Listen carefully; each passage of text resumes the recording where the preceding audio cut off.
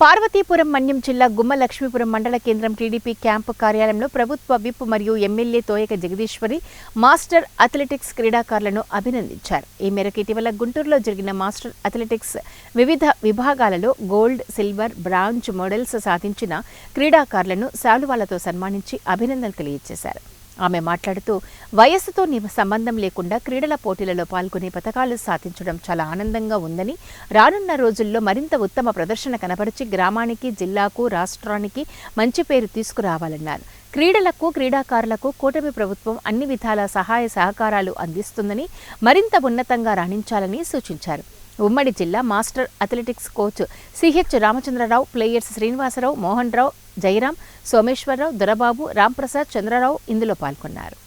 Coach గారి ఆధ్వర్యంలో 15 మందము, 19 గోల్డ్ మెడల్, 19 సిల్వరు, 7 బ్రాంజ్ మన కొట్టడం జరిగింది గుంటూరు మేట్లోన.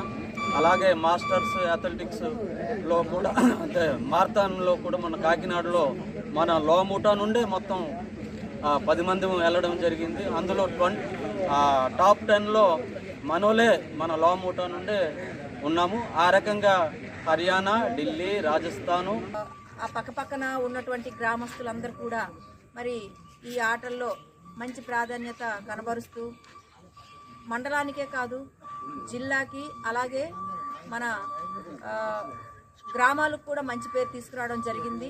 వీళ్ళందరికీ స్పోర్ట్స్ మెన్లకు అందరికీ ప్రత్యేకంగా హృదయపూర్వక